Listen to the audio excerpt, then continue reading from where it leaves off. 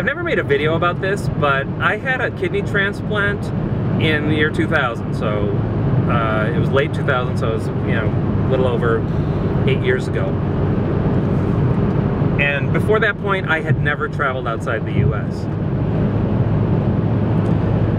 And it was kind of a scary thing. I knew it was coming. I have a hereditary kidney disease that, you know, I knew for years that this would happen at some point, and my process of finding a donor was really smooth and quick and easy, and I never had to go on dialysis. I had a very lucky, easy time with this, much luckier and easier than many other people. But still, it's a scary thing, and after going through it, it was one of those things that changed my life. It changed my perspective on life. It gave me that kind of stereotypical approach that life is here to be lived. You know, bite into life and suck out all the great juice that's there because you don't know how long you have on this planet.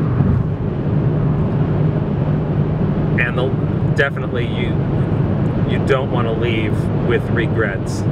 I love the quote that goes something like, at the end of your life, you'll have much more regret for the things you haven't done than for the things you have done.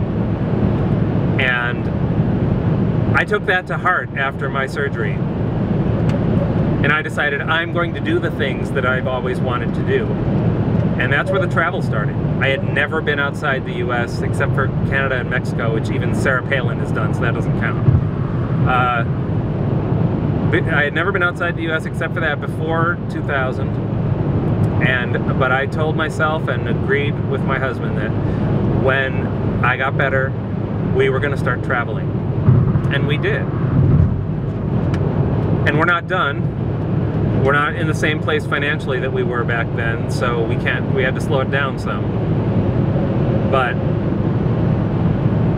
there's a lot more places in the world that I want to see, and there's a lot more I want to learn about who we are, who we are as people. One of the most incredible things about travel is that it teaches you more about yourself and where you come from.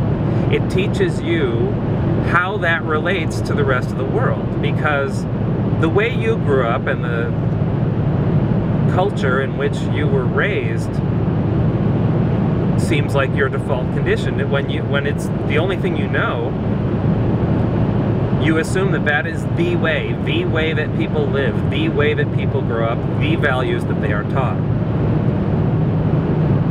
And I had traveled some around this country, and it's a pretty big country, so there are some differences region to region, and that started to open my eyes to the fact that there were different ways of living. But it's not until I went overseas that I really saw those different ways. I mean, vastly different ways of living. Completely different values, completely different systems of just transacting everyday communications and interactions. And a lot of times, we as Americans make jokes about such things, and I'm sure this happens in other countries too, but Americans are famous for it. You know, saying that, oh, other people do it the wrong way and we do it the right way. That's the beautiful thing of when you travel with an open mind, you really discover that there are other ways, and sometimes you end up liking them better than the way you grew up with. Here's an example. In the US, typically our toilets have one little flush handle on the side, and that's it. You do everything you do in the toilet, and when you're done, you flush that little flush handle. Well, when I first traveled to New Zealand, I was a little confused at first because all the toilets there, instead of a handle, they have a push button on the top of the toilet. And I'd say 90+% of the toilets I encountered had not just one push button, but two. And they usually have a symbol. One is like of a filled circle and the other one is a half-filled circle. Well, the half-filled circle is a half flush. So if you've only deposited liquid in the toilet, you do use the half flush. Otherwise, you press the other button and do the full flush. I thought that was brilliant. To me, it showed a concern for the environment, which is something that I think Kiwis take to heart because they have a beautiful and relatively unspoiled country. So that's just one small example. Those kinds of things have really made me excited about and curious about the way people live in other parts of the world. The more I travel, the more I want to know, the more I want to see.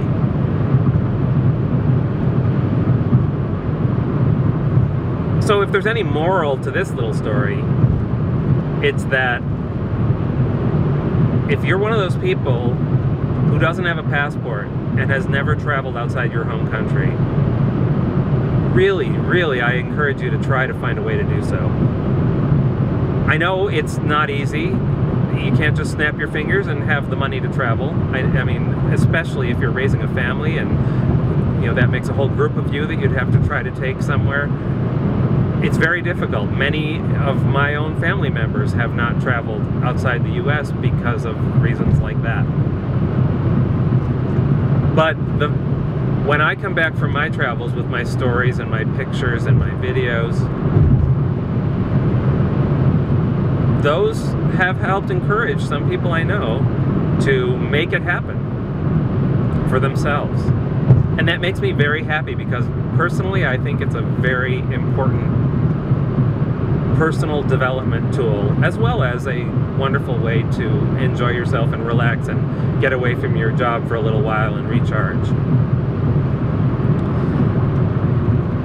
So, for those of you who wonder why I'm always bouncing on and off of planes and showing up here and there, hopefully that'll explain it a little more. Once I get back to traveling more frequently and traveling outside the country more frequently, hopefully I'll have time to share some of those experiences by making videos to show here.